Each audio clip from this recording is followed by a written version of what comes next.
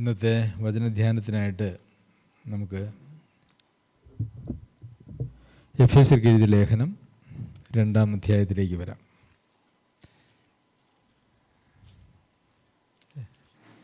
എഫേസ്യർക്ക് എഴുതിയ ലേഖനം നാം തുടർമാനമായിട്ട് പഠിച്ചുകൊണ്ടിരിക്കുന്ന ലേഖനമാണ്. എന്നാൽ അതിലെ ചില ഭാഗങ്ങൾ ആണ് എനിക്ക് നിങ്ങളോടൊപ്പം ചിന്തിക്കുവാൻ, പങ്കുവയ്ക്കുവാനായിട്ട് ഞാൻ ആഗ്രഹിക്കുന്നത്. അതിൻ്റെ 2-ാം അധ്യായത്തിൻ്റെ 19 മുതലുള്ള വാക്യങ്ങൾ നമുക്ക് വായിക്കാം. ആകയാൽ നിങ്ങളിനി അന്യന്മാരും പരദേശികളുമല്ല, വിശുദ്ധന്മാരുടെ സഹപൗരന്മാരും ദൈവത്തിൻ്റെ ഭവനക്കാരുമത്രേ.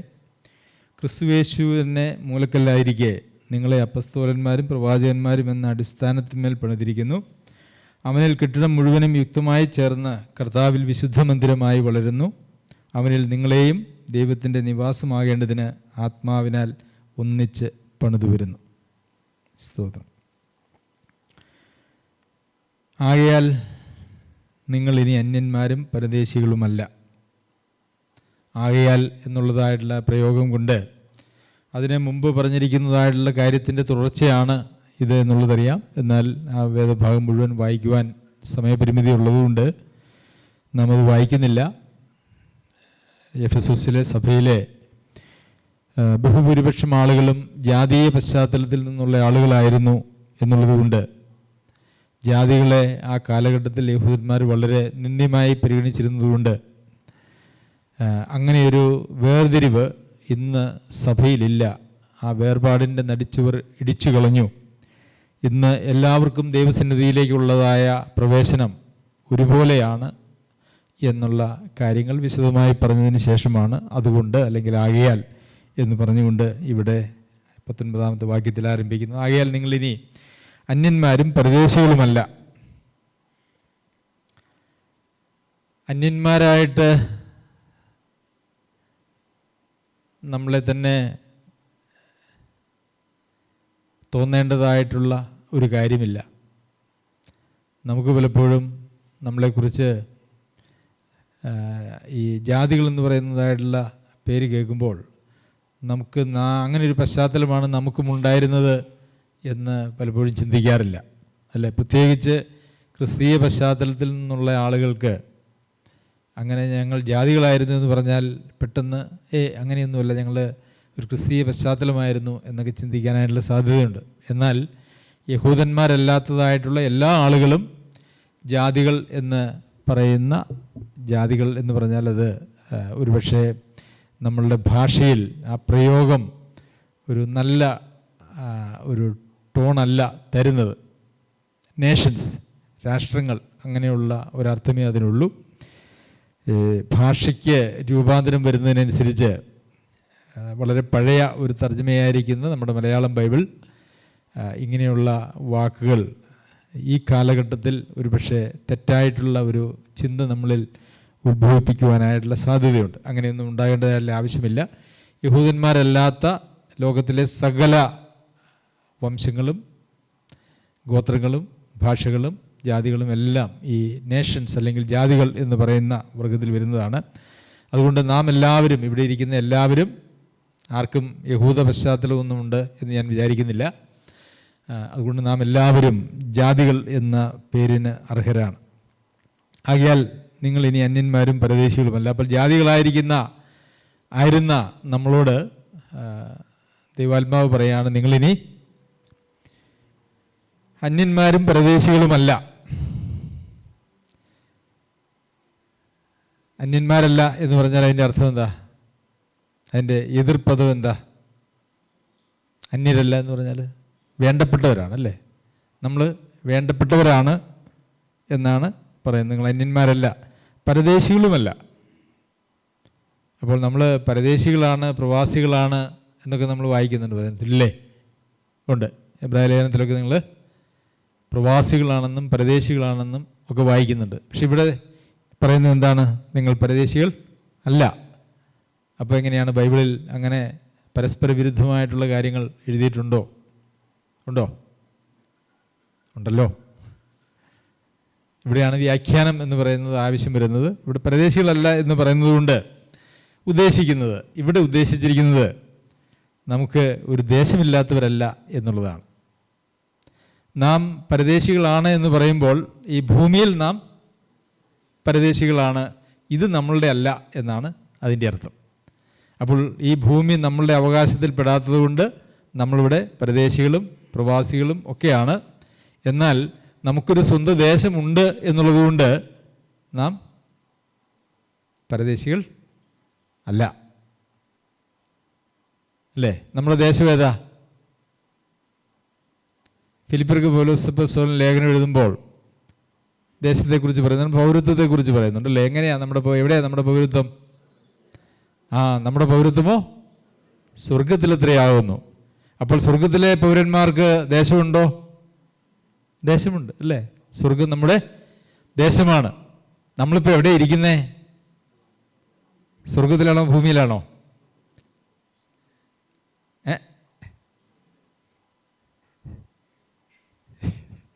വല്ലാത്ത കുഴപ്പിക്കുന്ന ചോദ്യങ്ങളാണല്ലേ. നമ്മൾ സ്വർഗത്തിലാണ്, ഭൂമിയിലുമാണ്. കർത്താവിനോട് കൂടെ നാം ഇരിക്കുന്നുവെങ്കിൽ നാം സ്വർഗത്തിൽ ഇരിക്കുന്നതിന് തുല്യമാണ്. ഇപ്പോൾ അതൊരു ആത്മീക യാഥാർത്ഥ്യവും കർത്താവിൻ്റെ വരവിൻ്റെ ശേഷം അതൊരു ആക്ഷരിക യാഥാർത്ഥ്യവുമായി മാറുന്നു എന്ന് നമ്മൾ രണ്ടാമത്തെ എഫെസ്യർക്ക് എഴുതിയ ലേഖനം 2-ാം അധ്യായം നമ്മൾ പഠിച്ചപ്പോൾ അവിടെ നമ്മൾ ഉയർത്തെഴുന്നേൽപ്പിച്ച് സ്വർഗത്തിൽ ഇരുത്തിയിരിക്കുന്നു എന്നാണ് പറഞ്ഞിരിക്കുന്നത് അല്ലേ? നമ്മളത് പഠിച്ചതാണ്. അപ്പോൾ നാം ഇപ്പോൾ ആത്മീകമായി കർത്താവിനോടുകൂടെ ദൈവത്തിൻ്റെ വലതുഭാഗത്ത് സ്വർഗത്തിലും, എന്നാൽ ആക്ഷരികമായി നാം ഇപ്പോൾ ഭൂമിയിലുമാണുള്ളത്.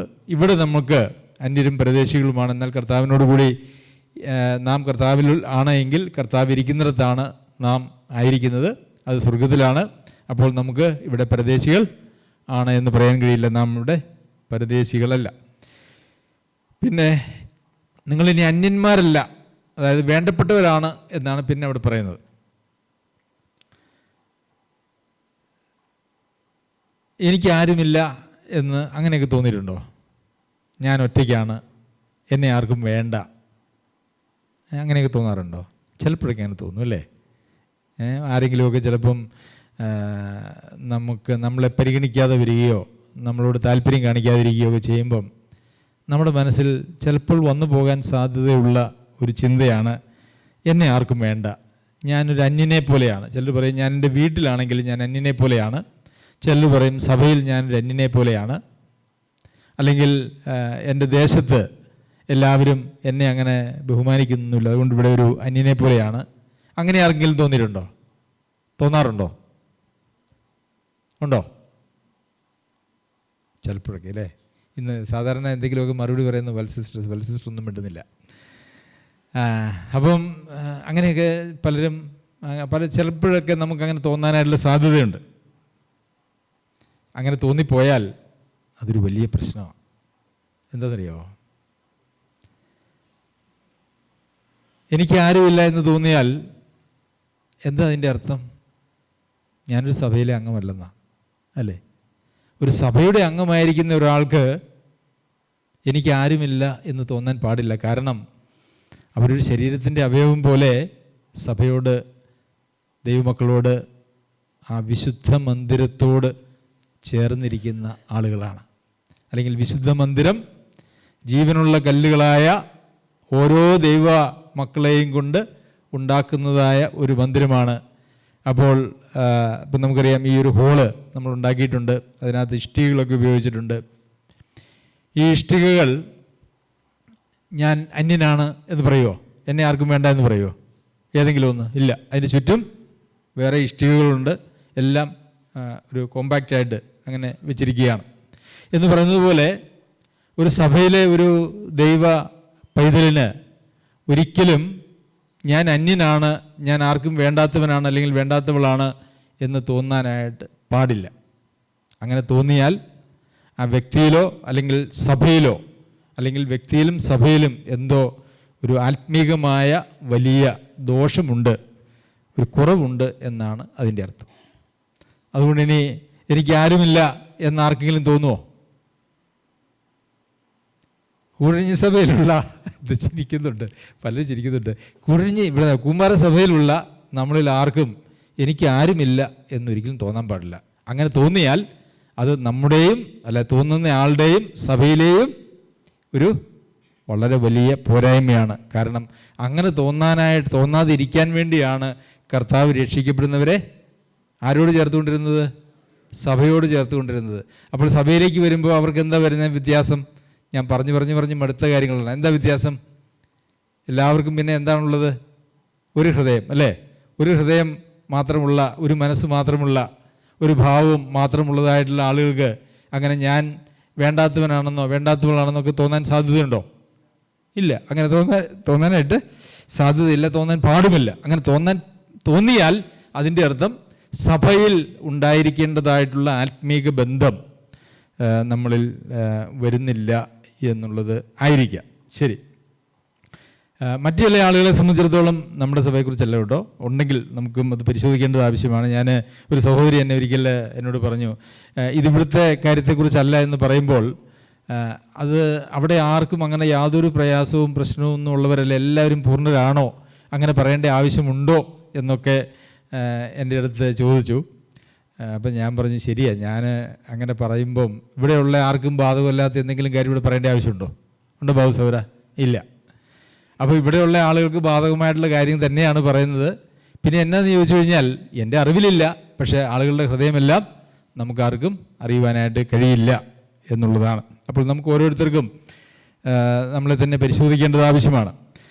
പിന്നെ മറ്റൊരു പ്രശ്നം, ഇപ്പം ഇവിടെ ഉള്ള ആളുകളെക്കുറിച്ച് ബാധകമല്ലെങ്കിൽ പിന്നെ എന്തിനാ സഹോദരൻ അങ്ങനെ പഠിപ്പിക്കണമെന്ന് ചോദിക്കുന്നത് പോലെ തന്നെ മറ്റൊരു പ്രശ്നം സഭകളിലുള്ളത് എന്താണെന്ന് വെച്ച് കഴിഞ്ഞാൽ അത് എന്നെക്കുറിച്ച് തന്നെയാണ് ആ സഹോദരൻ പറയുന്നത് എന്നുള്ള ചിന്തയും ഉണ്ടാകാനായിട്ടുള്ള സാധ്യതയുണ്ട്. അതെല്ലാ സഭകളിലും അങ്ങനെയുണ്ട്. എന്നാൽ എന്നെക്കുറിച്ച് തന്നെയാണ് അങ്ങനെ പറയുന്നതെന്ന് ചിന്തിക്കുന്നത് ഏറ്റവും നല്ലതാണ്. അതെല്ലാവരും അവരവരെക്കുറിച്ച് അങ്ങനെ ചിന്തിക്കണം, അല്ലേ? എല്ലാവരും. നമ്മളിവിടെ ആർക്കും ബാധകമല്ലാത്ത യാതൊരു സന്ദേശങ്ങളും ഒരു സഭയിൽ കൊടുത്തിട്ട് എന്തെങ്കിലും ഗുണമുണ്ടോ? അപ്പോൾ സന്ദേശം കേൾക്കുമ്പോൾ എനിക്കും അതിനകത്ത് എന്നെക്കുറിച്ചാണ് എന്ന് ചിന്തിക്കുന്നതിൽ ഒരപാകതയുമില്ല. ആ ചിന്തിക്കുന്നത് നല്ല കാര്യമാണ്.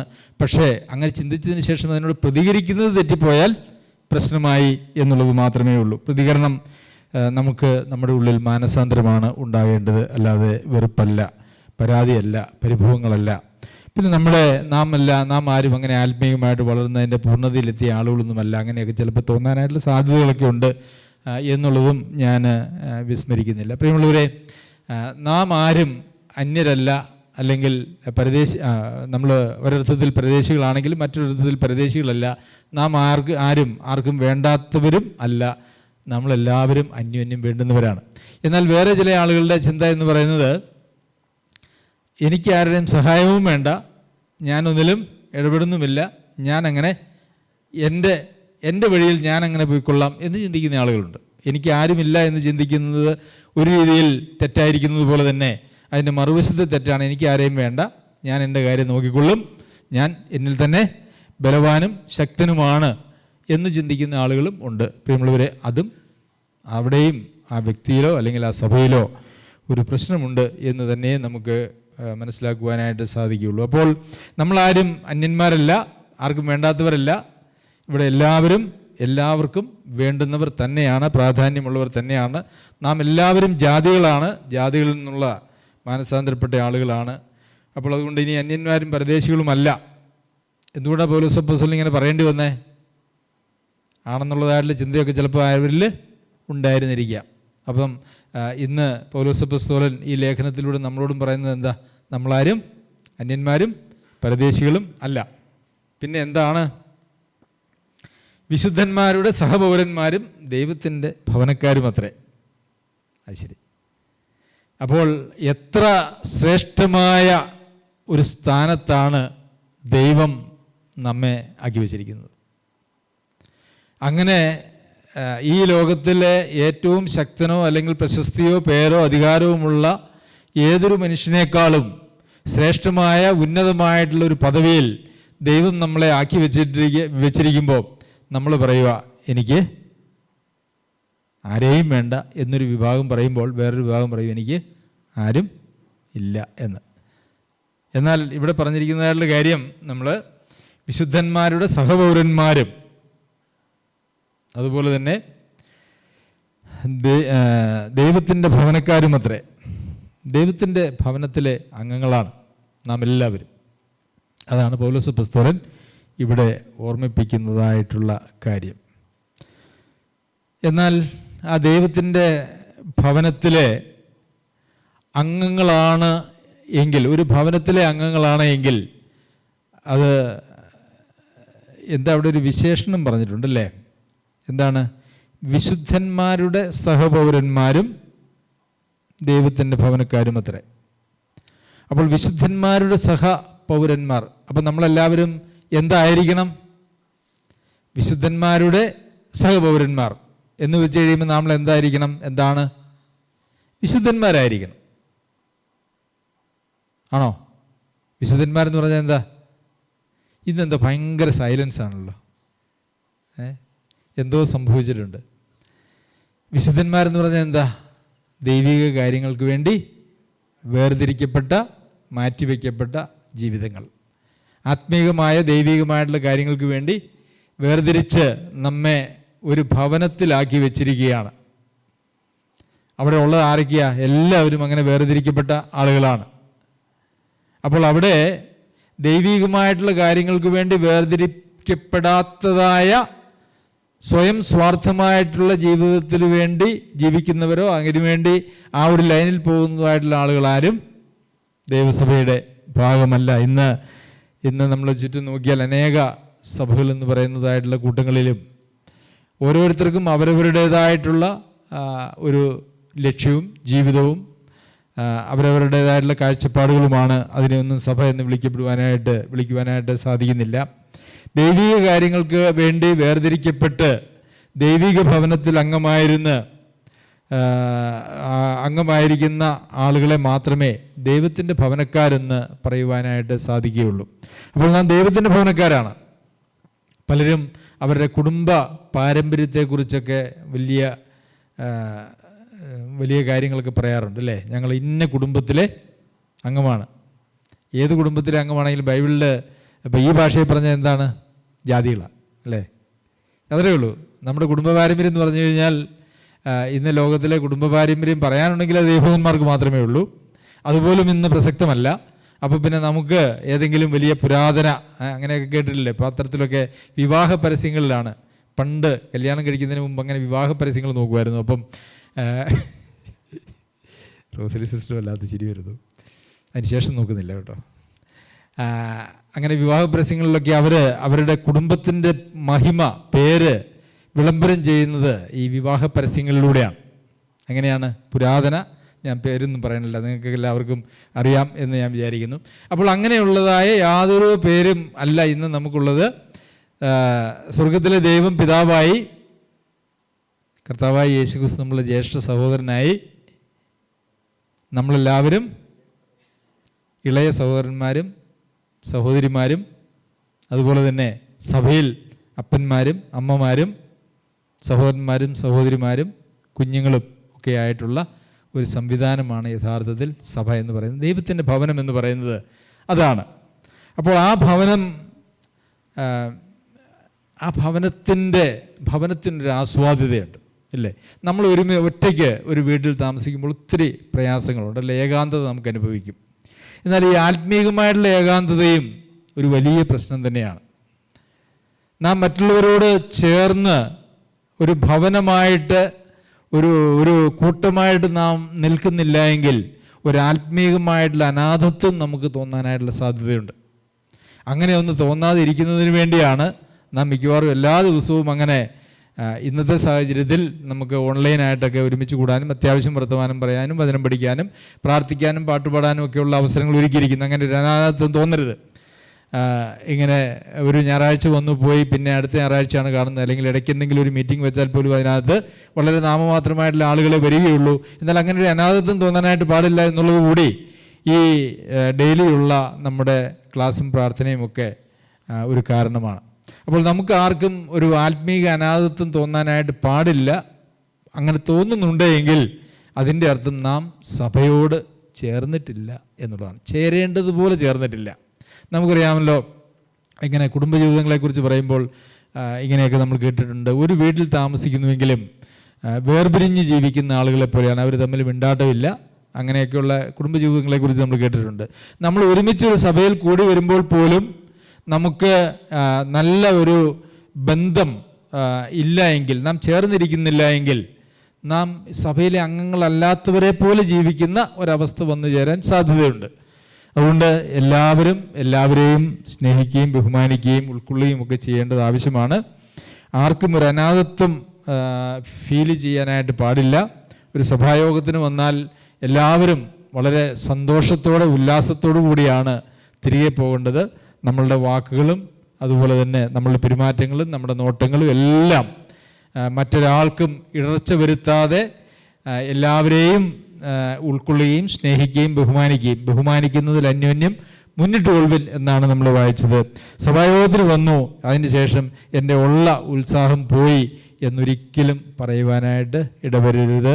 അങ്ങനെയുള്ള ഇടവരുത്താനും പാടില്ല, ഇടവരാനും പാടില്ല.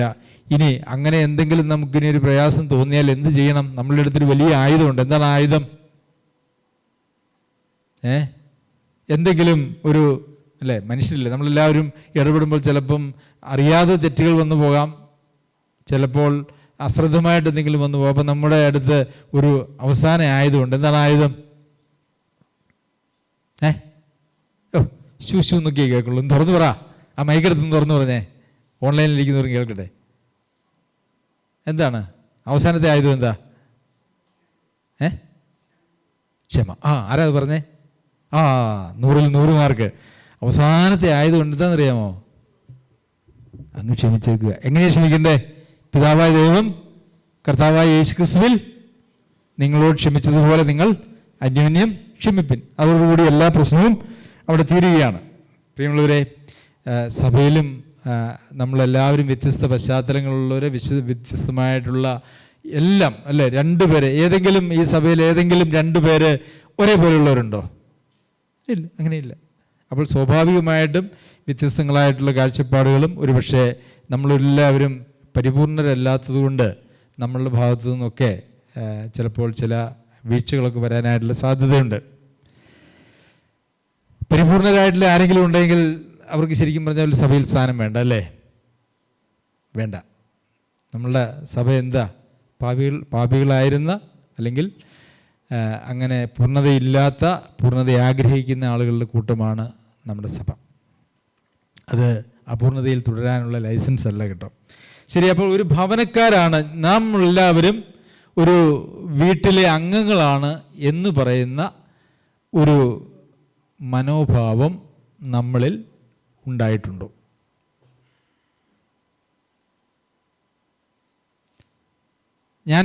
ഈ സഭയിൽ ഞാൻ വളരെ എല്ലാവർക്കും വേണ്ടപ്പെട്ടവനാണ്, ഇവിടെയുള്ള എല്ലാവരും എനിക്ക് വേണ്ടപ്പെട്ടവരുമാണ് എന്നുള്ളൊരു മനോഭാവം നമ്മളിലുണ്ടോ? ഉണ്ടോ? ഉണ്ടോ? ഒന്നുറക്കെ പറഞ്ഞേ. ഉണ്ട്. അതുണ്ടാവണം. അങ്ങനെയെങ്കിൽ മാത്രമേ നമ്മളെ ഒരു സഭ എന്ന് പറയുവാനായിട്ട് സാധിക്കുകയുള്ളൂ. ശരി, 20ാമത്തെ വാക്യത്തിൽ ക്രിസ്തുയേശു തന്നെ മൂലക്കല്ലായിരിക്കെ നിങ്ങളെ അപ്പസ്തോലന്മാരും പ്രവാചകന്മാരും എന്ന അടിസ്ഥാനത്തിന്മേൽ പണിതിരിക്കുന്നു. അപ്പോൾ നമ്മളെ എവിടെയാണ് പണിതിരിക്കുന്നത്? ഒരു ഭവനമാണെന്ന് പറഞ്ഞു, ഭവനക്കാരാണെന്ന് പറഞ്ഞു. നമ്മെ പണിതിരിക്കുന്നത് എവിടെയാ? മൂലക്കല്ല് ക്രിസ്തുയേശു, പിന്നെ അടിസ്ഥാനം പ്രവാചകന്മാരും അപ്പസ്തോലന്മാരുമായിരിക്കുന്ന അടിസ്ഥാനം. കർത്താവായ യേശു ക്രിസ്തു തന്നെ മൂലക്കല്ലായിരിക്കും. നമ്മളുടെ ഓരോരുത്തരുടെയും ജീവിതം നാം പടുത്തുയർത്തുന്നത് കർത്താവായ യേശു ക്രിസ്തുവിൽ ആണ്. ആഴക്കുഴിച്ച് പാറമേൽ അടിസ്ഥാനപ്പെടുന്നതിനെ കുറിച്ച് നമ്മൾ ഒരു ദിവസം പഠിച്ചു, അല്ലേ? ആ പാറ ആരായിരുന്നു? ക്രിസ്തുവായിരുന്നു. അപ്പോൾ ക്രിസ്തുയേശുവിലാണ് നമ്മളുടെ ജീവിതം അല്ലെങ്കിൽ നമ്മളുടെ വിശ്വാസം നാം ഉറപ്പിച്ചിരിക്കുന്നത്. മൂലക്കല്ലാണ്. അതിനൊരു മാറ്റവും വരാനായിട്ട് പാടില്ല. ഇന്ന് വിശ്വാസത്തിൻ്റെ അടിസ്ഥാനമായിട്ട് അല്ലെങ്കിൽ മൂലക്കല്ലായിട്ട് ഇന്ന് ലോകത്തിൽ വിശ്വാസികൾ എന്ന് പറയുന്നതായിട്ടുള്ള ആളുകൾ അവർക്കൊക്കെ അവരുടെ മൂലക്കല്ല് എന്ന് പറയുന്ന എല്ലാം ഒന്നും ക്രിസ്തുവുമല്ല. ഒരുപക്ഷെ പലർക്കും ക്രിസ്തു തരുന്നതായിട്ടുള്ള ചില ഭൗതിക നന്മകൾ അങ്ങനെ മൂലക്കല്ലായിട്ട് വെച്ചുകൊണ്ടിരിക്കുന്ന ആളുകളുണ്ട്. അല്ലെങ്കിൽ അങ്ങനെ പല പല കാര്യങ്ങളാണ്. ക്രിസ്തു മാത്രം മൂലക്കല്ലായാൽ മാത്രമേ നമ്മളുടെ പണി തുടങ്ങുവാനായിട്ട് കഴിയുള്ളൂ. ഈ അനേക വിശ്വാസികളെന്ന് പറയുന്നവരും ഈ അനേക ദശാബ്ദങ്ങൾക്ക് ശേഷവും അവർ പണിത് വന്നിട്ട് അവസാനം എങ്ങും എത്തിയില്ല. ഒരു കല്ലെടുത്ത് വെച്ചു, അതിൻ്റെ മുകളിൽ മറ്റൊരു കല്ലെടുത്ത് വെച്ചു, ഇത് രണ്ടും കൂടി ഇടിഞ്ഞ് താഴെ വീണു, പണിയൊന്നും നടക്കുന്നില്ല എന്ന് പറയുന്നതിൻ്റെ ഒരു പ്രധാന കാരണം എന്താണെന്നറിയാമോ? ആ മൂലക്കല്ലിൽ നാം അടിസ്ഥാനം ഇട്ടിട്ടില്ല എന്നുള്ളതാണ്. രണ്ടാമത് വരുന്നത്, മൂലക്കല്ലിൽ ഇട്ട് കഴിഞ്ഞാൽ പിന്നെ അടുത്തത് വരുന്നത് അടിസ്ഥാനമാണ്. അടിസ്ഥാനം എന്താണ്? അപ്പസ്തോലന്മാരും പ്രവാചകന്മാരുമാകുന്ന അടിസ്ഥാനം. അത് വളരെ പ്രധാനപ്പെട്ടതാണ്. എന്താണ് അപ്പസ്തോലന്മാരും പ്രവാചകന്മാരുമാകുന്ന അടിസ്ഥാനം എന്ന് പറഞ്ഞാൽ? 12 അപ്പസ്തോലന്മാർ അല്ലെങ്കിൽ 13 അപ്പസ്തോലന്മാരെ എടുത്ത് വെച്ചിട്ട് അതിന് അങ്ങനെയാണോ? അങ്ങനെയല്ല. എന്താണ് കാര്യം? പറഞ്ഞോ, ധൈര്യമായിട്ടും പറഞ്ഞു. തെറ്റിയാലും കുഴപ്പമൊന്നുമില്ല, നമ്മളല്ലേ കേൾക്കുള്ളൂ. ഇല്ല, അറിയില്ല. അപ്പസ്തോലന്മാരും പ്രവാചകന്മാരും അവർ നമുക്ക് നൽകിയ ദൈവവചനം, അവരിലൂടെ ദൈവം വെളിപ്പെടുത്തി തന്നതായിട്ടുള്ള ആത്മീയമായിട്ടുള്ള യാഥാർത്ഥ്യങ്ങൾ, അത് വളരെ പ്രധാനപ്പെട്ടതാണ്. ആ അടിസ്ഥാനം നമ്മിൽ വളരെ കൃത്യമായി വീണിട്ടില്ലെങ്കിൽ ആത്മീയമായിട്ടുള്ള യാതൊരു വക പുരോഗതിയും വളർച്ചയും നമുക്ക് ഉണ്ടാവുന്നത് അല്ല. ധനവാന്റെയും ലാസറിൻ്റെയും ഉപമയാണല്ലേ, യാഥാർത്ഥ്യമാണോ ഉപമാണ്, എന്തായാലും അത് കർത്താവ് പറഞ്ഞപ്പോൾ ഈ ധനവാൻ യാതനാ സ്ഥലത്ത് കിടന്നുകൊണ്ട് എൻ്റെ 5 സഹോദരന്മാരുണ്ട്, ലാസറിനെ ഒന്ന് അങ്ങോട്ട് അയക്കണമെന്ന് പറഞ്ഞു. അപ്പോൾ അബ്രഹാം പിതാവ് എന്താ പറഞ്ഞേ? അവർക്ക് മോശയും പ്രവാചകന്മാരുമുണ്ട്. എന്തുവാ മോശയും പ്രവാചകന്മാരെന്ന് ജീവിച്ചിരിപ്പുണ്ടോ? ഇല്ല അല്ലേ, അന്ന് മോശയും പ്രവാചകന്മാരും ജീവിച്ചിരിപ്പില്ല. അപ്പോൾ എന്താ അർത്ഥമാക്കിയിരിക്കുന്നത്? മോശയും പ്രവാചകന്മാരും എഴുതിയതായിട്ടുള്ള തിരുവെഴുത്തുകൾ അവർക്കുണ്ട്. അത് വായിച്ചു കഴിഞ്ഞാൽ അതിനകത്ത് ഈ സ്ഥലത്ത് വരാതിരിക്കാനുള്ള എല്ലാ കാര്യങ്ങളും അതിനകത്ത് എഴുതിയിട്ടുണ്ട്. അതുകൊണ്ട് ഇവിടെ നിന്ന് ലാസർ ഉയർത്തെഴുന്നേറ്റ് അങ്ങോട്ട് ഭൂമിയിൽ പോയി അവരോട് പറയാൻ ആവശ്യമില്ല എന്നുള്ളതാണ്. അതുപോലെ തന്നെ അപ്പസ്തോലന്മാരിലൂടെയും പ്രവാചകന്മാരിലൂടെയും ദൈവം നമുക്ക് നൽകിയിരിക്കുന്നതായിട്ടുള്ള സന്ദേശങ്ങൾ ഈ പുസ്തകത്തിൽ, ദൈവവചനത്തിലുണ്ട്. അതായിരിക്കണം നമ്മുടെ അടിസ്ഥാനം. അപ്പോൾ ആദ്യം മൂലക്കല്ല് തെറ്റിയതിനെക്കുറിച്ച് ഞാൻ പറഞ്ഞു. രണ്ടാമത് ഇന്ന് ക്രിസ്തീയ ലോകം അനുഭവിക്കുന്നതായിട്ടുള്ള ഏറ്റവും വലിയ ചതി, വഞ്ചന എന്ന് പറയുന്നത് ഈ അടിസ്ഥാനം തെറ്റിയാണ് കിടക്കുന്നത്. പക്ഷെ തമാശ എന്നാന്ന് ചോദിച്ചു കഴിഞ്ഞാൽ എല്ലാവരും പറയുന്നത് ഞങ്ങളുടെ അടിസ്ഥാനമാണ് ശരിയെന്ന്, അല്ലേ? ഒരുപക്ഷെ ഈ അയൽവക്കത്തുള്ള 10 സഭയോട് ചോദിച്ചു നോക്കിയേ, അവരൊക്കെ പറയും അവരുടെയൊക്കെ അടിസ്ഥാനം ശരിയാണ്, ആ കൂമ്പാറ സഭയുടെ അടിസ്ഥാനം ശരിയല്ല, അല്ലേ? അങ്ങനെയല്ലേ പറയാ? അങ്ങനെ പറയാ. കാരണം എന്താ? അടിസ്ഥാനം എന്താണെന്നുള്ളത് യോഗ്യമായി മനസ്സിലാക്കാൻ പറ്റാത്തവർക്ക്, അല്ലെങ്കിൽ അവരൊരു പക്ഷേ അവരിൽ കൊടുത്തിരിക്കുന്നതായിട്ടുള്ള എന്തോ ചില തെറ്റിദ്ധാരണകളൊക്കെ അടിസ്ഥാനമായിട്ട് അവർ പുലർത്തുമ്പോൾ അവർക്കങ്ങനെ പറയുവാനായിട്ട് കഴിയുള്ളൂ. എല്ലാവരും പറയുന്നത് ഞങ്ങൾ ശരിയാണ്, അല്ലേ? അത് അങ്ങ് പൗരോഹിത്യ സഭകൾ മുതൽ മറ്റ് മതങ്ങൾ മുതൽ, അതുപോലെ തന്നെ ഇവാഞ്ചലിക്കൽ ചർച്ച്, സുവിശേഷ വിഹിത സഭകൾ മുതൽ എല്ലാവരും പറയും ഞങ്ങളാണ് ശരി, ഞങ്ങളുടെ അടിസ്ഥാനമാണ് ശരി, ഞങ്ങളങ്ങ് പത്രോസിൻ്റെ സിംഹാസനത്തിൽ നിന്ന്, അല്ലെങ്കിൽ അന്ത്യോക്യയിൽ അവിടുത്തെ സിംഹാസനത്തിൽ നമ്മൾ തുടങ്ങുന്നതാണ് എന്നൊക്കെ പറഞ്ഞ് എല്ലാവരും അഭിമാനം കൊള്ളും. പക്ഷേ പ്രിയമുള്ളവരെ, ഒരു കാര്യം ഞാൻ പറയാം. ഒരു ദൈവ പൈതൽ പൂർണ്ണമായും ദൈവസന്നിധിയിൽ സമർപ്പിക്കപ്പെട്ട് ദൈവാത്മാവിൻ്റെ ശബ്ദത്തിന് ചെവി കൊടുക്കുന്നതായിട്ടൊരു ദൈവ പൈതലിന് ദൈവാത്മാവ് വെളിപ്പെടുത്തി കൊടുക്കും.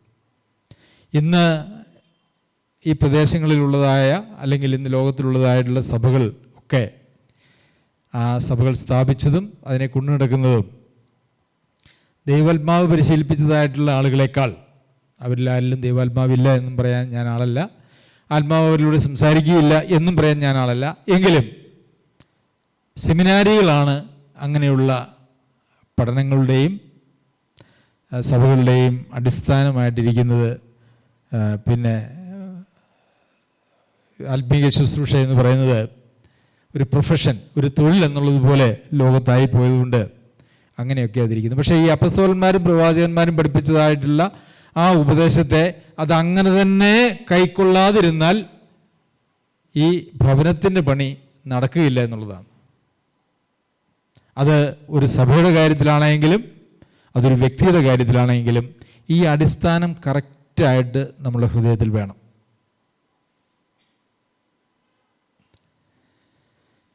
അതില്ലെങ്കിൽ ഈ പണി നടക്കുകയില്ല. പ്രിയമുള്ളവരെ, നമ്മളിൽ ഈ അടിസ്ഥാനം എത്രത്തോളം ഉണ്ട് എന്നുള്ളത് പരിശോധിക്കണം. നാം വളരെ കണിശമായി ദൈവവചന സത്യങ്ങളെ പഠിപ്പിക്കുന്നുണ്ട്. അത് സംബന്ധിച്ച് നിങ്ങളൊരു പക്ഷേ പലരും പല സന്ദേശങ്ങൾ കേൾക്കുന്നവരായിരിക്കും. എന്നാൽ അങ്ങനെയുള്ള സന്ദേശങ്ങളിൽ നിന്ന് വ്യത്യസ്തമായിട്ട് നിങ്ങൾക്കൊരു പക്ഷേ കിട്ടുന്നതായിട്ടുള്ള ആലോചനകൾ, എന്തെങ്കിലും സംശയങ്ങളുണ്ടായാൽ അത് ചോദിക്കാനും അതിന് നിവൃത്തി വരുത്തുവാനുമുള്ള സ്വാതന്ത്ര്യവും നമുക്കിവിടെയുണ്ട്. അപ്പോൾ പിന്നെ അങ്ങനെ സംശയങ്ങളൊക്കെ നമുക്ക് നിവൃത്തി വരുത്തുവാനായിട്ടുള്ള സംവിധാനം ഉള്ളതുകൊണ്ട് ചോദ്യങ്ങൾ ചോദിക്കാമെന്നുള്ളതുകൊണ്ടും അങ്ങനെ കാര്യമായിട്ടൊന്നും ആരും ചോദിച്ചിട്ടില്ലെങ്കിലും പലരും ചോദിച്ചിട്ടുണ്ടെന്നുള്ളൊരു യാഥാർത്ഥ്യവുമാണ്. അതുകൊണ്ട് വചനത്തിൻ്റെ സത്യസന്ധത എന്താണ് എന്നുള്ളത് നിങ്ങൾക്ക് മനസ്സിലായിട്ടുണ്ട് ഈ നാളുകളിൽ എന്ന് ഞാൻ വിചാരിക്കുന്നു. അത് മനസ്സിലാക്കാതെ പിന്നുള്ളവർ ഈ ദൈവവചനത്തോട് ഒരുതരം ആർത്തി നമുക്കുണ്ടോ? നമ്മളങ്ങനെ ആഴ്ചയിൽ 7 ദിവസവും ദൈവവചനം പഠിപ്പിക്കുകയും ഒക്കെ ചെയ്യുന്നുണ്ട്. എന്നാൽ അതിനോടൊരു ആർത്തി എങ്ങനെയാണ് ആർത്തിയെക്കുറിച്ച് വചനം പറയുന്നത്? ഇപ്പോൾ ജനിച്ച ശിശുക്കളെ പോലെ മായമില്ലാത്ത പാൽ കുടിക്കുവാൻ, രക്ഷയ്ക്കായി വളരുവാൻ വചനമെന്ന മായമില്ലാത്ത പാൽ കുടിക്കുവാൻ വാഞ്ചിപ്പിൻ. അപ്പോൾ ദൈവവചനത്തോടുള്ള നമ്മുടെ നാട്ടുഭാഷയിൽ പറഞ്ഞ ഒരു ആക്രാന്തം അതുണ്ടോ നമ്മളിൽ? അതെയോ ഇന്ന് 8 മണിക്ക് ക്ലാസ് ഉണ്ട്, കയറിയില്ലെങ്കിൽ ആളുകൾ എന്ത് വിചാരിക്കും, എന്നാൽ ഒന്ന് കയറിയേക്കാം, അങ്ങനെയൊക്കെയുള്ളൊരു മനോഭാവം നമുക്കുണ്ടോ? നാം ശരിക്കും ദൈവവചനം ശ്രദ്ധയോടെ കേട്ട് അത് മനസ്സിലാക്കി അത് നമ്മളുടെ ആത്മാവിൽ സ്വീകരിക്കുന്ന ആളുകളാണോ? അതെയോ കേട്ട് മറന്നു അല്ലേ? കർത്താവ് പറഞ്ഞു, ആകെ ചെവിയുള്ളവൻ കേൾക്കട്ടെ. എന്തോ ഈ ചെവിയുള്ളവൻ കേൾക്കട്ടെ എന്ന് പറഞ്ഞാൽ ചെവിയില്ലാതെ ആരെങ്കിലും അവിടെ വന്നിരിപ്പുണ്ടായിരുന്നോ? ഇല്ല, ചെവിയുള്ളവർ തന്നെ അല്ലേ? ഞാൻ വിചാരിക്കുന്നു ചെകിടരായിട്ടുള്ള ആളുകളൊന്നും കർത്താവിൻ്റെ പ്രസംഗം കേൾക്കാനായിട്ട് പോയിട്ടുണ്ടാവുകയില്ല. ചെകിടരായിട്ടുള്ള ആരും പോയിട്ടുണ്ടാവുകയില്ല. ഒരു പക്ഷേ ചില അപൂർവം, അങ്ങനത്തെ ആളുകളൊക്കെ അപൂർവമാണല്ലോ. പക്ഷേ കർത്താവ് വചനം പ്രസംഗിച്ച ശേഷം പറയുന്നത് എന്തുവാ? ചെവിയുള്ളവൻ കേൾക്കട്ടെ. അപ്പോൾ എന്ത് ചെവിയാത്? ഈ ചെവിയെക്കുറിച്ചാണോ കർത്താവ് പറഞ്ഞത്? അല്ല, അതൊരു ആന്തരികമായിട്ടുള്ള ചെവിയാണ്. അതായത് നിങ്ങളുടെ ബാഹ്യമായിട്ടുള്ള ചെവികൾ കൊണ്ട് നിങ്ങൾ കേൾക്കുന്നത് നിങ്ങൾക്ക് പ്രയോജനം ചെയ്യുകയില്ല. നിങ്ങൾക്കൊരു ആന്തരികമായൊരു ചെവി കൂടി വേണം. ആ ചെവി ഉള്ളവൻ മാത്രമേ ഇത് കേൾക്കാനായിട്ട് സാധിക്കുകയുള്ളൂ. അപ്പോൾ ആ ആന്തരികമായിട്ടുള്ള ചെവി നമുക്കുണ്ടോ? ഇനി ഒരു ദിവസം യാദൃശ്ചികമായിട്ട് എന്തെങ്കിലും തിരക്കുകളാൽ വചനം കേൾക്കാനായിട്ട് സാധിച്ചില്ല, അത് പിന്നീടൊരു സമയത്ത് എങ്കിലും കുടുംബമാണെങ്കിൽ എല്ലാവരും കൂടി ഇരുന്ന് കേൾക്കുകയും ഒക്കെ ചെയ്യുന്നുണ്ടോ? അതെയോ ഇത് നമ്മൾ എത്രയായി കേൾക്കാൻ തുടങ്ങിയിട്ട് അല്ലേ? ഇവർക്ക് വേറെ തൊഴിലൊന്നും ഇല്ലാഞ്ഞിട്ട് അങ്ങനെയൊക്കെ ചിന്തിക്കാറുണ്ടോ? ഇല്ല, അങ്ങനെ ചിന്തിക്കാറില്ല എന്ന് രാജ സിസ്റ്റർ വളരെ കണിശമായിട്ടൊക്കെ പറഞ്ഞു. അല്ല, അങ്ങനെയൊക്കെ ചിന്തിക്കുന്നെങ്കിൽ നമ്മളൊരു ആത്മീയ രോഗത്തിലാണ് ജീവിക്കുന്നതെന്ന് മാത്രമേ അതിനെക്കുറിച്ച് പറയുവാനായിട്ടുള്ളൂ. വചനം കേൾക്കുവാനായിട്ട് നമുക്കൊരു താല്പര്യമില്ല എങ്കിൽ നാം ഏതോ ഒരു ആത്മീക രോഗത്തിനടിമയാണ് എന്ന് മാത്രമേ അതിനെക്കുറിച്ച് പറയുവാനായിട്ടുള്ളൂ. എല്ലാവർക്കും ഒരുപക്ഷെ 8 മണിക്ക് പ്രസൻ്റ് ആവാൻ പറ്റിയില്ല, 8 മണിക്ക് കേൾക്കാൻ പറ്റിയില്ല എന്ന് വരാം. പക്ഷേ പിന്നീടും അത് കേൾക്കാനായിട്ടുള്ളൊരു താല്പര്യമില്ല എന്ന് വന്നാൽ അത് വലിയ പ്രശ്നമാണ്. അപ്പോൾ നമ്മൾ പഠിപ്പിക്കുന്നത് ഏതെങ്കിലും ഇഷ്ടവിഷയങ്ങൾ എടുത്തല്ലേ? അങ്ങനെ ഇന്ന് ലോകത്തിൽ ഒത്തിരി ആളുകൾ പഠിപ്പിക്കുന്നത് എങ്ങനെയാണ്? അവരവരുടേതായിട്ടുള്ള ചില ഇഷ്ടവിഷയങ്ങൾ കാണും, അതങ്ങനെ പറയും. ഏതെങ്കിലും ഒരു വാക്യം എടുത്ത് അതിനെക്കുറിച്ച് എന്തെങ്കിലുമൊക്കെ പറയും. നമ്മൾ അങ്ങനെയല്ല. നമ്മൾ ക്രമമായി ഓരോ പുസ്തകങ്ങളും, നമ്മൾ കഴിഞ്ഞ 5-5.5 വർഷമായിട്ട് നമ്മൾ ഓരോ പുസ്തകങ്ങളും ക്രമമായിട്ട് വാക്യം പ്രതി വാക്യമാണ് നമ്മൾ പഠിക്കുന്നത്. അത് അങ്ങനെ എഴുതിയിരിക്കുന്നത് കൊണ്ടും വചനത്തിൻ്റെ പൂർണ്ണത നമുക്ക് ലഭിക്കുന്നതിന് വേണ്ടിയാണ് നാം അങ്ങനെ ചെയ്യുന്നത്. അപ്പോൾ ഈ പണി നടക്കണമെങ്കിൽ നമ്മളിലൊരു പണി ഈ കാലം അത്രയുമായിട്ടും നമ്മളിലൊരു പണി നടന്നിട്ടില്ല എങ്കിൽ അതിൻ്റെ അർത്ഥം എന്താണെന്ന് അറിയാമോ? ഒന്ന്, നാം ആദ്യം ചിന്തിച്ചതുപോലെ ആ മൂലക്കല്ലിൽ നാം മൂലക്കല്ലിൽ നാം എത്തിയിട്ടില്ല. രണ്ട്, അപ്പസ്തോലന്മാരും പ്രവാചകന്മാരുമാകുന്ന അല്ലെങ്കിൽ അവരിലൂടെ ദൈവം വെളിപ്പെടുത്തിയിരിക്കുന്നതായിട്ടുള്ള അടിസ്ഥാന ഉപദേശങ്ങൾ നമുക്ക് മനസ്സിലായിട്ടില്ല. തന്നെ ത്യജിക്കണം എന്നുള്ളത് ക്രിസ്തീയ ജീവിതത്തിൻ്റെ ഏറ്റവും പ്രധാനപ്പെട്ട കാര്യമാണ്, അല്ലേ? തന്നെ ത്യജിച്ചവരാരുണ്ട്? ആരുണ്ട്?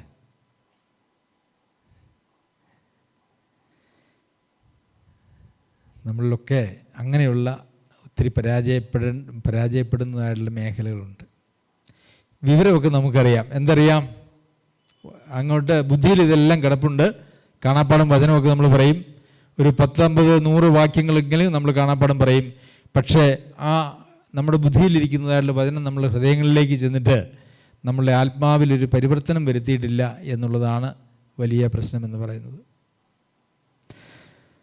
അപ്പോൾ ഏറ്റവും അടിസ്ഥാനപരമായിട്ടുള്ള കർത്താവിനെ പിൻചെല്ലുന്നതിന് വേണ്ടുന്ന ഏറ്റവും അടിസ്ഥാന യോഗ്യതയായിരിക്കുന്ന കാര്യത്തിൽ പോലും നാം മുമ്പോട്ട് പോയിട്ടില്ലെങ്കിൽ പിന്നെ എങ്ങനെയാണ് അതിന്മേലൊരു പണി നടക്കുക എന്നുള്ളതാണ് പ്രധാന പ്രശ്നം.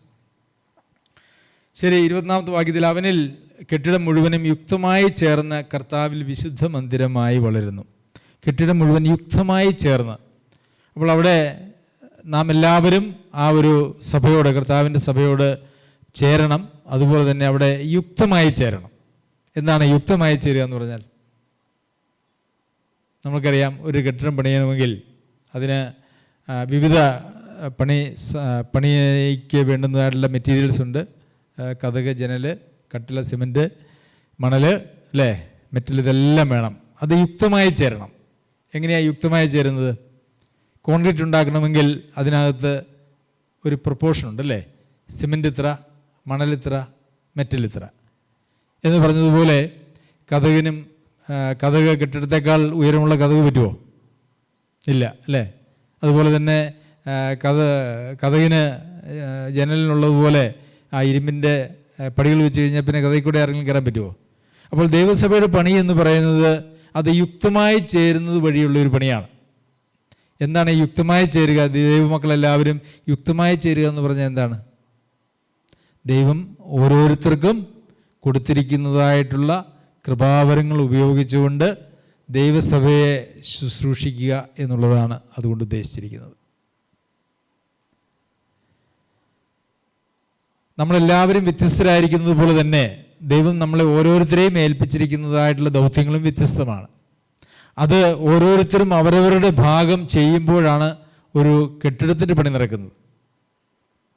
ഒരു കെട്ടിടം പണിയാൻ വന്നതായിട്ട് ഒരു മേസ്തിരി രാവിലെ വന്നു. അപ്പോൾ മേസ്തിരിയുടെ കൂട്ടത്തിൽ സഹായത്തിന് ആരൊക്കെയുണ്ട്? മേയ്ക്കാടുമാരുണ്ടല്ലേ, മണൽ കൊണ്ടുവരാൻ ആളുണ്ട്, വെള്ളം കൊണ്ടുവരാൻ ആളുണ്ട്, മെറ്റലെടുക്കാൻ ആളുണ്ട്. ഇവരെല്ലാവരും അങ്ങോട്ടും ഇങ്ങോട്ടും നോക്കി നടന്നാൽ സഭയുടെ പണി നടക്കുമോ? കെട്ടിടത്തിന് പണി നടക്കുമോ? അപ്പം മേസ്തിരി എത്ര വിചാരിച്ചാലും മേസ്തിരിയോട് കൂടെ നിന്ന് പണിയേണ്ടതായിട്ടുള്ള ആളുകൾ എല്ലാവരും കൂടെ ഒരുമിച്ച് നിന്നില്ല എങ്കിൽ ആ കെട്ടിടത്തിന് പണി നടക്കുകയില്ല. എന്ന് പറഞ്ഞതുപോലെ തന്നെ ഇതെല്ലാം യുക്തമായി ചേർന്നില്ലെങ്കിൽ സഭയുടെ പണിയും നടക്കുകയില്ല. ദൈവസഭയുടെ പണിയിൽ എന്താണ് നമ്മുടെ ഓരോരുത്തരുടെയും പങ്ക്? എന്താണ് ഈ വിശുദ്ധ മന്ദിരത്തിൻ്റെ പണിക്ക് നാം നമ്മളുടേതായിട്ട് കോൺട്രിബ്യൂട്ട് ചെയ്യുന്നത്, കൊടുക്കുന്നത്?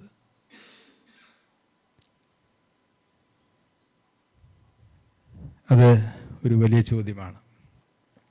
അങ്ങനെ വിശുദ്ധ മന്ദിരമായി വളരുന്നു എന്നാണ് വായിക്കുന്നത്. വളർച്ച എന്ന് പറയുന്നത് പലപ്പോഴും ആളുകളുടെ എണ്ണം ആണ് പൊതുവെ പറയുന്നത്. എന്നാൽ ആളുകളുടെ എണ്ണം അതിലൊരു ചെറിയ ഘടകം മാത്രമാണ്. ആളുകൾ ഓരോരുത്തരും ആത്മീയമായിട്ട് വളരുമ്പോൾ സഭ വളരുന്നു എന്ന് നമുക്കറിയാം. അവനിൽ നിങ്ങളെയും ദൈവത്തിൻ്റെ നിവാസമാകേണ്ടതിന് ആത്മാവിനാൽ ഒന്നിച്ച് പണിത് വരുന്നു. അപ്പോൾ എന്തിനാണ് ഈ വിശുദ്ധ മന്ദിരം അങ്ങനെ പണിയുന്നത്? എന്തിനാ പണിയുന്നത്? ദൈവത്തിന് വസിക്കണം. ദൈവത്തിന് വസിക്കണം.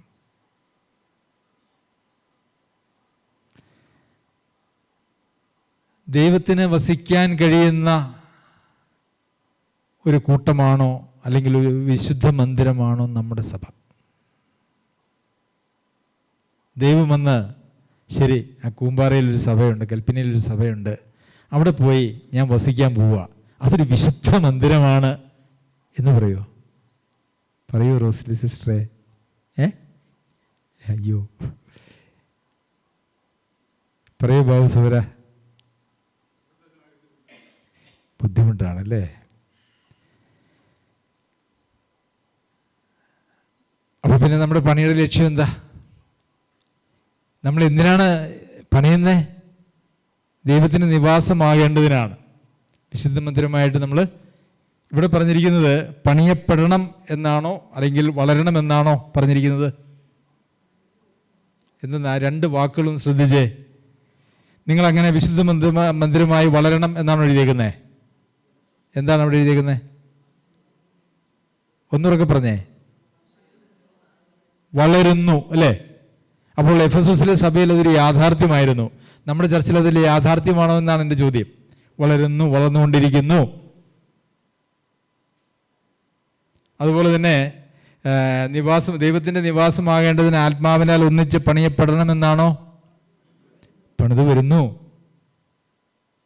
അപ്പോൾ പണിയപ്പെട്ടു എന്നോ വളർന്നു എന്നോ പറയണം എന്ന് ഞാൻ ആഗ്രഹിക്കുന്നില്ല. മറിച്ച് പണിത് വരുന്നു എന്നും വളരുന്നു എന്നും പറഞ്ഞില്ല എങ്കിൽ ശരിയാവില്ല. ശരിയാവോ? ശരിയാവോ? ഇന്ന് കഴിഞ്ഞ ആഴ്ചക്ക് നല്ല ഉഷാറായിരുന്നു എല്ലാവർക്കും. ഈ ആഴ്ച യാതൊരു ഉത്സാഹവും കാണുന്നില്ല ആളുകൾക്ക്. എന്ത് പറ്റി? മഴയും തണുപ്പൊക്കെ പിടിച്ചിട്ടാണോ? അതേ വെച്ചുകൂട്ടാ? അല്ലല്ല.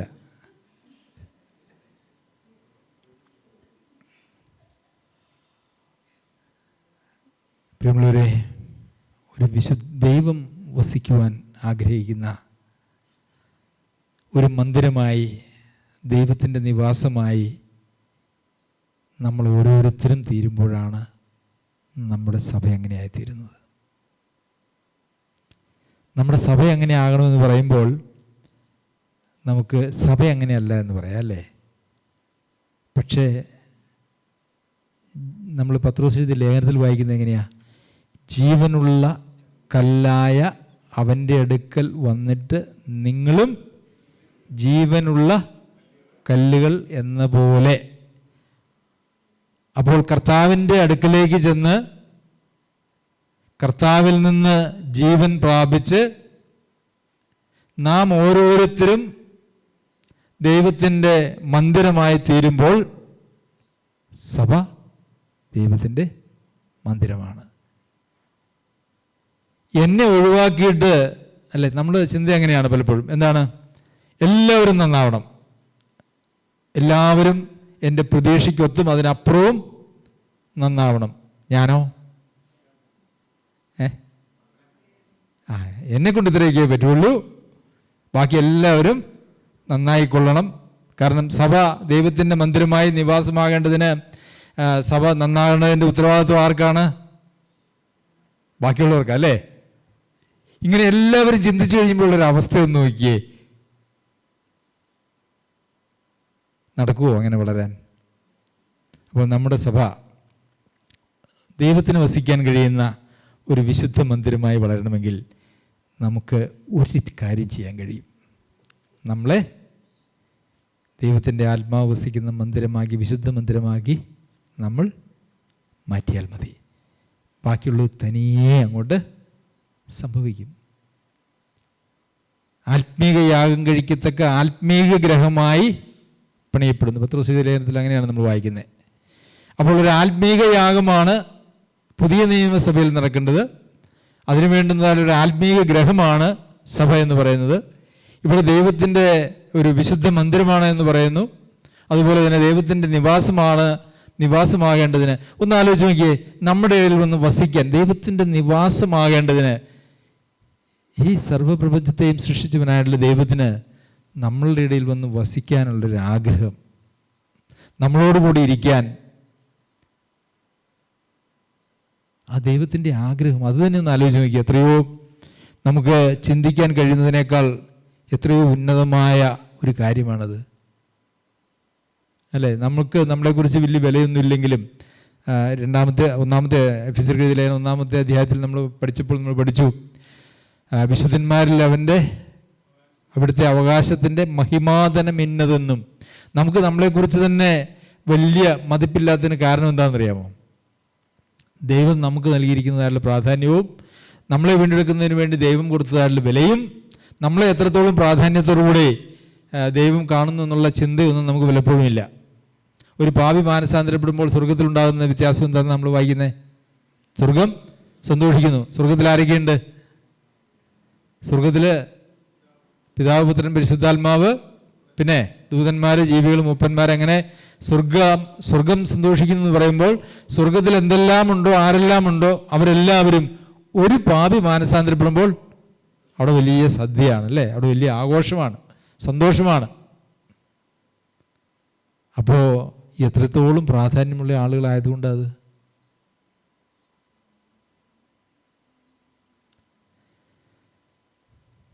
നമ്മളങ്ങനെ നിസ്സാരക്കാരല്ല കേട്ടോ. നമ്മളുടെ കഴിവ് കൊണ്ടല്ല, നമ്മളുടെ എന്തെങ്കിലും യോഗ്യതകൾ കൊണ്ടുമല്ല, മറിച്ച് നമ്മുടെ കർത്താവായ യേശുക്രിസ്തു നമ്മെ വീണ്ടെടുത്ത ആ വില കൊണ്ട് നമ്മളെല്ലാവരും വളരെ പ്രാധാന്യമുള്ളവരാണ്. ഇങ്ങനെയൊന്നും ജീവിച്ചാൽ പോരാ. ഇപ്പം നമ്മൾ ജീവിക്കുന്നത് എന്താ? ഒരു വലിയ കുഴപ്പമില്ലാതെ ഒപ്പിച്ചു കൂട്ടി പോകുന്നൊരു ജീവിതം, അല്ല? അങ്ങനെ ജീവിക്കാനല്ല ദൈവം നമ്മെ വിളിച്ചത്.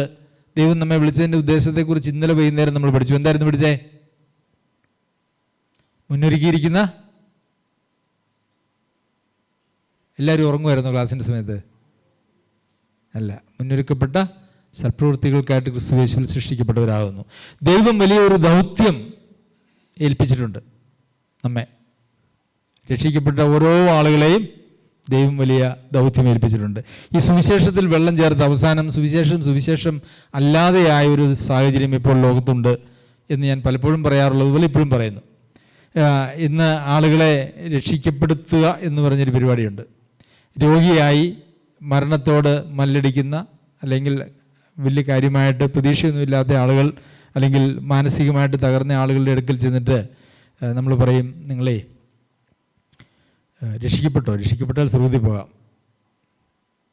രക്ഷിക്കപ്പെടണമെങ്കിൽ ഇങ്ങനെ ചെയ്താൽ മതി, യേശുക്രിസ്തു എൻ്റെ പാപങ്ങൾക്ക് വേണ്ടി മരിച്ചു എന്ന് വിശ്വസിച്ചു എന്ന് ഏറ്റു പറഞ്ഞാൽ മതി. ആ അവസ്ഥയിൽ അങ്ങനെയുള്ള കിടക്കുന്ന ആളുകൾക്ക് നല്ലൊരു ശതമാനവും അത് ഏറ്റു പറയും. എന്തുകൊണ്ടാണ്? പറഞ്ഞു കൊടുത്ത ആളുകൾ പറഞ്ഞതൊക്കെ ഏറ്റു പറയും. അതിന് ശേഷം അവർ രക്ഷിക്കപ്പെട്ടു എന്ന് പറയും. ഒരു സുവിശേഷ പ്രവർത്തകൻ ഒരിക്കൽ എൻ്റെ അടുത്ത് പറഞ്ഞപ്പോൾ അദ്ദേഹത്തിൻ്റെ പിതാവിനെക്കുറിച്ചാണ് പറഞ്ഞത്. അദ്ദേഹം പറയുന്നത് ഇങ്ങനെയാണ്: ഞാൻ എൻ്റെ പിതാവിൻ്റെ അടുത്ത് സുവിശേഷം മറ്റൊരാളോ ആരോ വന്നപ്പം അവർ പിതാവിൻ്റെ അടുത്ത് സുവിശേഷം പറഞ്ഞു. അപ്പനത് മൗനമായി കേട്ടിരുന്നു, തിരിച്ച് എതിർത്തൊന്നും പറഞ്ഞില്ല. വലിയ എതിർപ്പുള്ള ആളായിരുന്നു, എതിർത്തൊന്നും പറഞ്ഞില്ല. അദ്ദേഹം അന്ന് രക്ഷിക്കപ്പെട്ടു എന്നാണ് ഞാൻ വിശ്വസിക്കുന്നത്. എതിർത്തൊന്നും പറഞ്ഞില്ലല്ലോ. അപ്പം ഞാൻ ചോദിച്ചു, സഹോദരാ, അതിന് ശേഷം നിങ്ങളുടെ വീട്ടിലെ പ്രാർത്ഥനയ്ക്ക് കൂടുമായിരുന്നോ? ഇല്ല. സഭായോഗത്തിന് എന്തെങ്കിലും വന്നിട്ടുണ്ടോ? ഇല്ല. പക്ഷേ എന്താ വിശ്വാസം? അദ്ദേഹം രക്ഷിക്കപ്പെട്ടു എന്നാണ് വിശ്വാസം. അങ്ങനെ അതിന് കൂട്ടിന് കിട്ടിയിരിക്കുന്ന ഒരു വ്യക്തിയുണ്ട്, കുരിശിലെ കള്ളൻ, അല്ലേ? അവസാന നിമിഷം മരണത്തിന് തൊട്ട് മുമ്പ് രക്ഷിക്കപ്പെട്ടു എന്ന് പറയുന്ന ഒരു കുരിശിലെ കള്ളനെ കൂട്ടും പിടിച്ചിട്ടാണ് ഇങ്ങനെ എന്തോ ചില വാക്കുകളൊക്കെ ആളുകളെ കൊണ്ട് ഉരുപിടിപ്പിച്ച് അവർ രക്ഷിക്കപ്പെട്ടു എന്ന് പറയുന്നത്. പക്ഷേ കർത്താവിൻ്റെ രക്ഷയുടെ പരിപാടി എന്ന് പറയുന്നത് മുന്നൊരുക്കിയിരിക്കുന്ന സൽപ്രവൃത്തികൾക്കായിട്ട് ദൈവം ക്രിസ്തുയേശുവിൽ സൃഷ്ടിക്കുകയാണ് ചെയ്യുന്നത്. അങ്ങനെ ടെർമിനൽ സ്റ്റേജിലുള്ള ആളുകൾക്ക് ആർക്കും രക്ഷിക്കപ്പെടാൻ കഴിയുകയില്ല എന്ന് ഞാൻ പറയുന്നില്ല, അങ്ങനെ പറയാൻ ഞാൻ ആളല്ല. യഥാർത്ഥത്തിലുള്ള മാനസാന്തരവും ഒക്കെ ഉണ്ടെങ്കിൽ അത് ദൈവവും അവരുമായിട്ടുള്ള ഒരു പരിപാടിയാണ്. പക്ഷേ ഇന്ന് പ്രസംഗിക്കുന്ന സുവിശേഷം പലപ്പോഴും വ്യാജമാണ്, വ്യർത്ഥമായിട്ടുള്ള ഒരു സന്തോഷവും ആശ്വാസവുമാണ് ഇന്ന് ആളുകൾക്ക് കൊടുക്കുന്നത് എന്നുള്ളതൊരു യാഥാർത്ഥ്യമാണ്. പ്രിയമുള്ളവരെ, നമ്മൾ എന്തൊക്കെയാണ് പഠിച്ചേ? ഒന്ന്, നാം ആർക്കും വേണ്ടാത്തവർ അല്ല. നാം എല്ലാവർക്കും ഉള്ളതാണ്. നിങ്ങളിൽ എല്ലാവരിലും എനിക്ക് അവകാശമുണ്ട്, നിങ്ങൾക്കെല്ലാവർക്കും എന്നിലും അവകാശമുണ്ട്. നമ്മളൊരു കുടുംബമാണ്, ഒരു ഭവനത്തിലെ അംഗങ്ങളാണ്. പിതാവാരാണ്? ദൈവം. കർത്താവ് നമ്മുടെ ജ്യേഷ്ഠ സഹോദരൻ. അപ്പോൾ ആ ഒരു